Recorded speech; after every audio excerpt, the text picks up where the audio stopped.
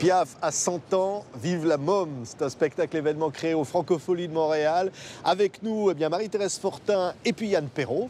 Alors vous racontez, Marie-Thérèse, Édith Piaf. Oui, je fais un personnage qui l'aurait connu, hein, et qui fait un peu des textes de liaison pour un peu raconter son parcours, parce que chaque chanson est un peu l'histoire de sa vie, tout le temps. C'était très lié, très proche. Et donc, c'est comme un petit chemin tracé avec des textes qui situent les gens sur où elle était rendue à ce moment-là de sa vie et qu'est-ce qui a amené ces chansons qui ont marqué l'imaginaire du public et de ses fans. Oui, Yann Perrault, Piaf aurait 100 ans, ça fait 50 ans qu'elle nous a quittés. Vous êtes québécois, tous les deux, et vous avez envie de la célébrer. Oui. Ben moi, j'ai grandi sur des airs de Piaf. Puis quand les Francopholies de Montréal m'ont approché, ben, je me suis dit, ben oui, puis je veux le faire avec beaucoup de respect, beaucoup d'amour. Je veux que ce soit attentionné, que ce soit dans un esprit, justement, de fête, de rire, comme un peu la personne que moi, j'ai l'impression de connaître. Ben, en fait, j'ai fait beaucoup de recherches. J'ai vu différents documentaires, lu des biographies, tout.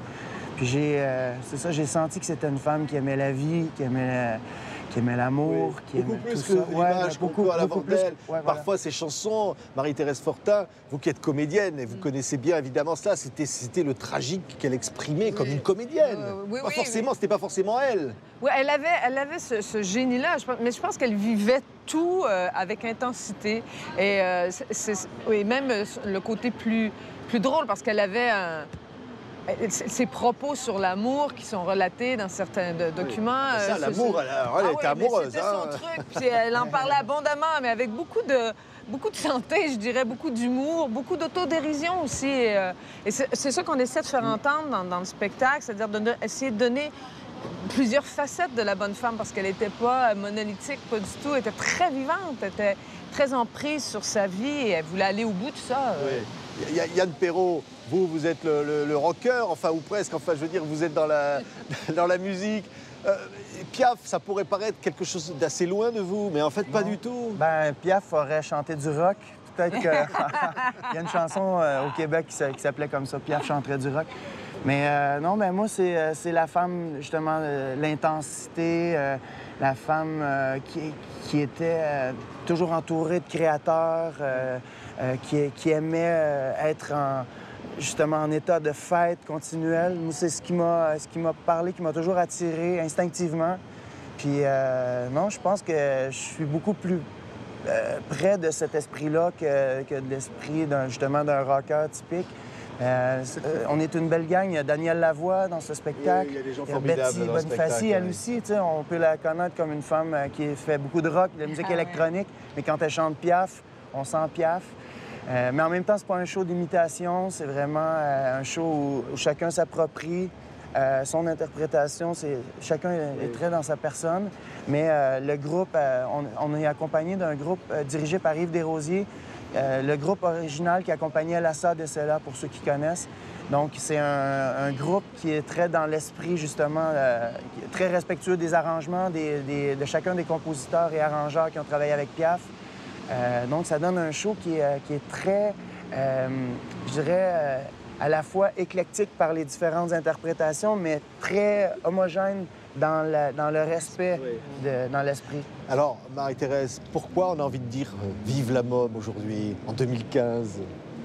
Mais je pense qu'elle a marqué l'imaginaire parce qu'elle était totale, elle était complètement elle-même. Je pense qu'elle n'a pas énormément triché, elle n'a pas essayé de... Aujourd'hui, on façonne, on fabrique des images, on essaie de correspondre à quelque chose. Et elle, pas du tout. Elle revendiquait le fait qu'elle venait de la rue. Elle n'a pas essayé d'effacer ça. Elle n'a pas essayé d'étouffer. Elle ne jouait pas. C'est ça, vous dire. Elle était là avec tout ce qu'elle était, d'où elle venait. Il fallait composer avec. Et c'était à prendre ou à laisser. Et je pense que c'est pour ça aussi qu'elle a frappé l'imaginaire et elle était très, très, très sincère.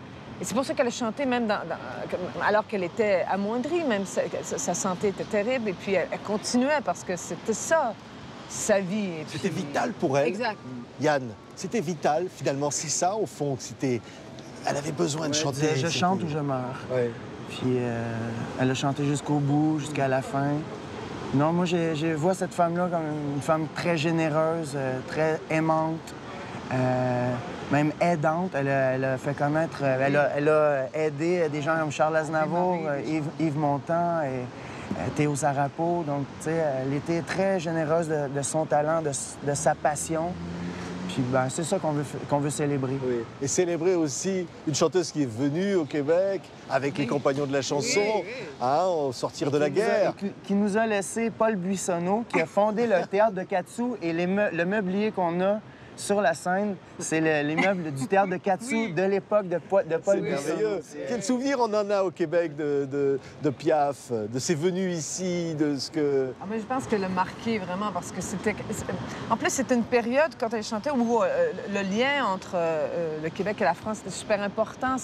Il y avait vraiment la nécessité d'entendre ces grandes voix de la chanson. Puis il y en a eu d'autres après, bien sûr, mais c'est quelque chose qui est très, très fort encore au Québec. Et puis ces chansons ont tellement marqué, mais quand on dit marqué, on les a presque tatouées sur la peau, et on a l'impression qu'elle fait partie de nous, même si elle est française et tout ça. Puis peut-être aussi son côté terrien, nature, qui fait qu'on s'y reconnaît bien ici au Québec. Oui, il y a quelque chose de... sonne les cloches.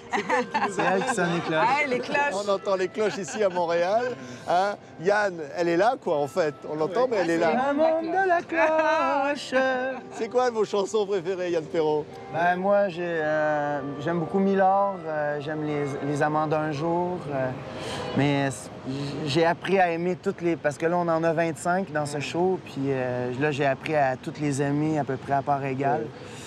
Oui. Et vous, évidemment, Marie-Thérèse, quelle chanson? J'aime beaucoup l'accordéoniste, La Foule aussi, puis Non, rien de rien. C'est sûr. Ça vous rend par le bas, par le haut. Oui, hein? exactement. C'est la vie, la force. Piaf, à 100 ans, elle est toujours là. C'est le spectacle donc de Yann Perrault, Marie-Thérèse Fortin. Merci d'avoir été nos invités ici Merci à Montréal. vous. Et longue vie au show. Merci.